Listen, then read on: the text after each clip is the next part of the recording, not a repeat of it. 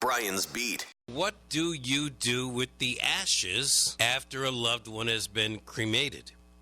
Throw them out to sea, as we see here. The whole box apparently ended up in the Atlantic Ocean, and then by way of floating through the water onto the Acushnet River and the rocks behind the river loft. What would you do? What do you do? What have you done? Hello. Hey, I'll bet you they never realized you were going to get such a good trip.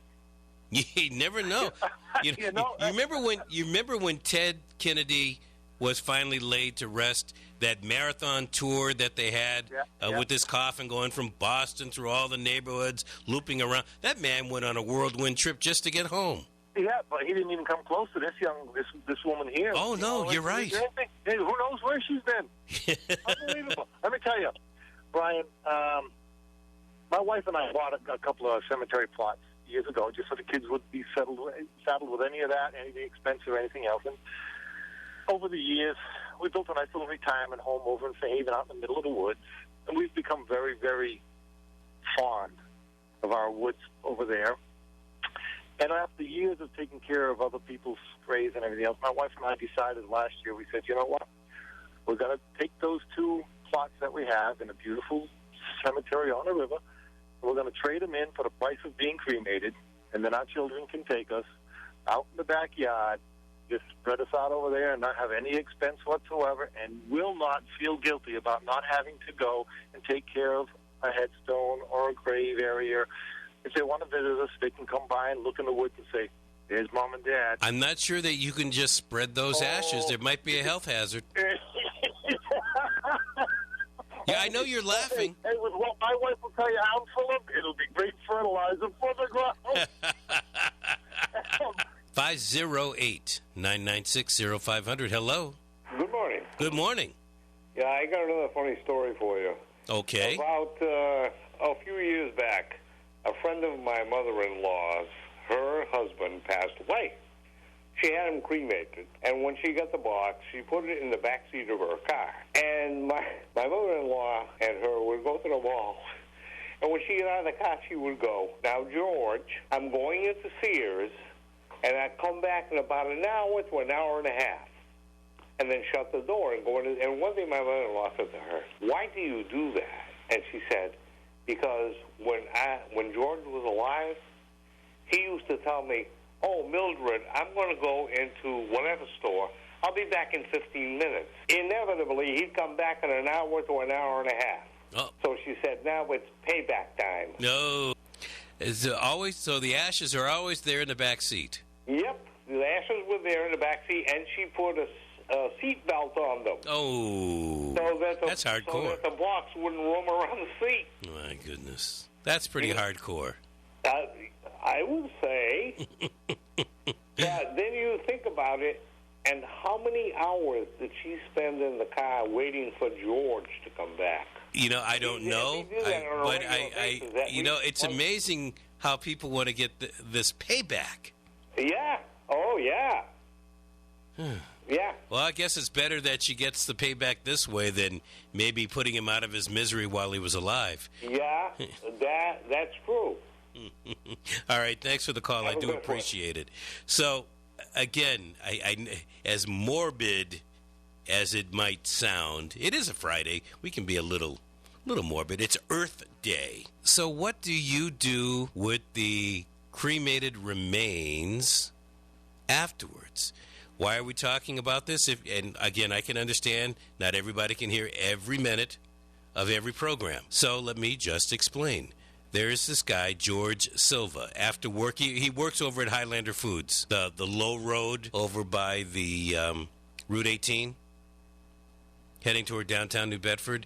He works over at Highlander. One day he gets back home, I think it was Tuesday this past week, and he's outside enjoying the fresh air, the warmth, and he looks over by the rocks on the bank near of the Acushnet River, not far from where he lives, and he sees a green box.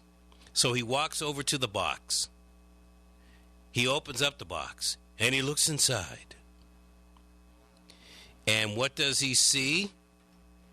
A plastic bag that's sealed The bag has a tag that reads Rosemont Crematorium. After a little investigating, George finds out that it's the remains of somebody from New Jersey, and he's taking the route of making sure those remains get back to the crematorium, and I guess the people that work at the crematorium will make sure that the remains get to the rightful owner. Can you imagine you own the rights to these ashes? But seriously, folks, my mother's ashes, I still have them. They just happen to be in a storage bin right now because, quite frankly, in the motorhome, there just isn't enough room. Mom, I love you, but I don't want you spilling over in the motorhome. I hope you understand. Hello. Hi, Brian. Hi, Brian. I'm excellent. I got to be careful to not to incriminate myself. Someone who's very closely related to me works there at the station and is probably sitting mere feet from you. But hearing all these stories are kind of making me chuckle. I've got one too. Maybe 5-6 years ago, my own father passed away, and my mother had preceded him, and she was cremated, and we spread her ashes off the coast of Fort Phoenix. That was their favorite place. And since my father passed away, we got his ashes, put them in the box, and we have them in the house. And I've got them on top of the cabinet in the dining room because we haven't found the time for all the family to get together to spread his ashes.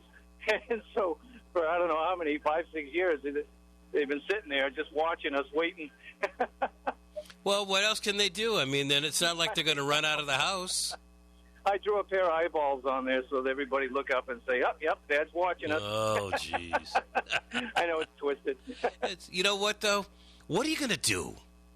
Sooner or later you know we'll what? get it done. You have to lighten it up. I mean, father to you for so many years, I'm sure you miss him. I'm sure the family misses him. But we all remember that little cunning thing about mom or dad that they know that you will always associate them with. So why not highlight it? Knowing they both had a pretty good sense of humor, I don't think he'd mind all that much. Good. Glad to hear it. Thank you much for your call. I do appreciate it. 508-996-0500. Hello. Yes. Buy a niche in a mausoleum for the ashes. Buy a mausoleum? How much does that cost? Oh, I don't know because I bought it in the 90s. How much was it then? You wouldn't. I truthfully, I don't remember. Are we talking 4 digits? 5 digits? No, not 5. I bought 2 niches. One for myself and one for my honey. And how does that make you feel? You're buying your own little home there. Well, at least I know where I'm going. Huh. And my name is there in my birth year, So, hey, because that's the way it is. Right. I don't want to be dumped on in a river. That's me. My girlfriend wants to, but that's, however, her choice. Right. So you don't want to be wet. No. You just want to be standing straight up as much as you can. Preserved. Well, if you want to be preserved, why go the cremating route? Forget it. Stop that. I knew you were going to say that. Wouldn't you rather just go to medical science? No. No. You don't want to end up like Ted Williams. They take the head off. Yeah, I knew you were going to say old I'm Ted. sorry. I know. You can get a little morbid over these things. You can get a little absent-minded about it, too, I suppose. Yes. Yeah. So, are you going to be cremated and put in the mausoleum, or are you going to... Okay, you are. You just said yes. My niche is there also. Okay. Yeah. And have you picked out the urn also? No, I have not done that. You going to let everybody else do it, or are you going to do it yourself? I may, because I have to make some arrangements, because my sister-in-law just made her arrangements, so I figured, hey, I might as well do it, too. Wow. Yeah, I know. Is that tough to make that type of an arrangement? I kind of think so, but she did it, so, If she can do it, you can do it. That's it. Got it. Thank you. I appreciate the call. Hello. Hello, Brian. Hello, Brian.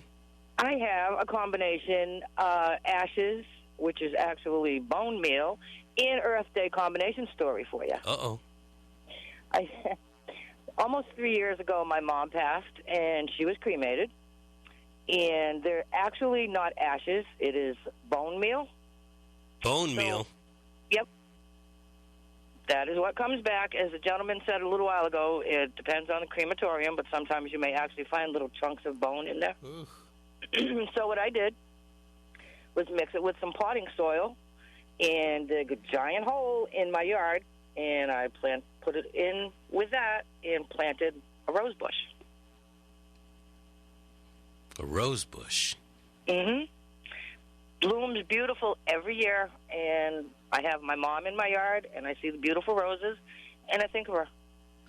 Well, that works. I wonder about the legalities of what you've done. Only because of what I ran into with the folks in Chicago. Now, Chicago could be different. It could be one of those unionized things where they're trying to soak me for more money. Whatever the case may be, it didn't work for them. But I'm wondering if we are allowed to take those ashes and just bury them in the ground. I take them out and spread them into the ground. But I'm glad to see that you kind of recycled, for lack of a better term. Exactly. You can go to any gardening center around here and buy bone meal. So human bone meal? I don't really know. I've never looked at it. My guess it would be around here, probably fish bone meal. Probably. Interesting. I got to check this out a little bit more now that I'm having this conversation. Thank you much for your call and your comments. Brian's Beat.